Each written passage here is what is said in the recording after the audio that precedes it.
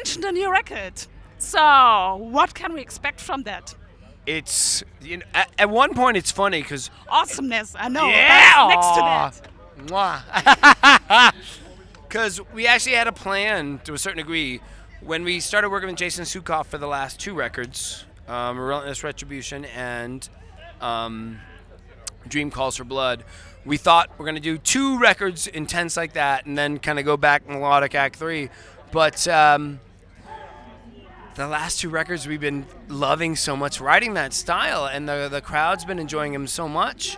And I think we're going to kind of stick with the same brutality and technicality and yeah, and just kind of keep riding this route. And because the one thing, no matter in our minds, even if we think we're being more brutal than we've ever been, it's inevitable that we are obsessed with melody. So there's always going to be melody that separates us from, say, different thrash bands or extreme bands, because we always veer to a melody and catchy hooks. No matter how brutal we think we're being, we like to throw in hooks. So we're just going to carry on how we're doing now and try to pick as many of the young punters there and keep our strong hold on the old punters.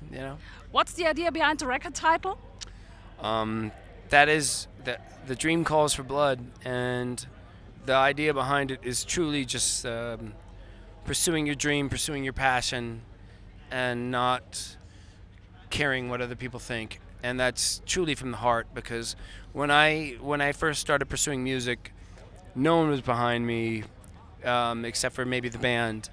Family at first wasn't, and even the local scene and stuff like that, because when you're starting a musician, or especially as a vocalist, people are gonna, especially at 15, people are gonna make fun of you and try to, knock you off your horse. And I'm not saying a high horse, because I never held myself above anyone. I always felt like a fan wanting to do what I wanted to do, and I think that's the beauty of metal. No matter, it's taken on so many subgenres nowadays, but that being said, there's going to be that many more young kids that want to form new metal bands, and there's always going to be friends or that particular scene in their city that's going to try to pick them apart and make them feel less than current or valid.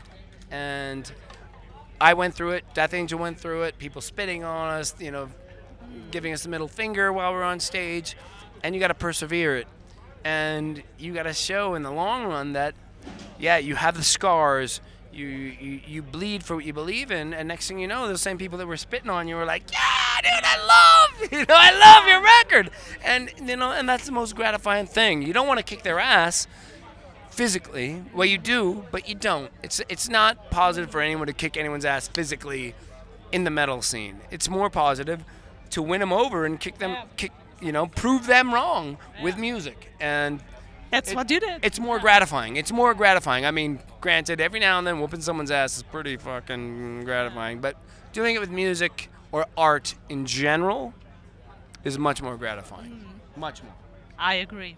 Thank you.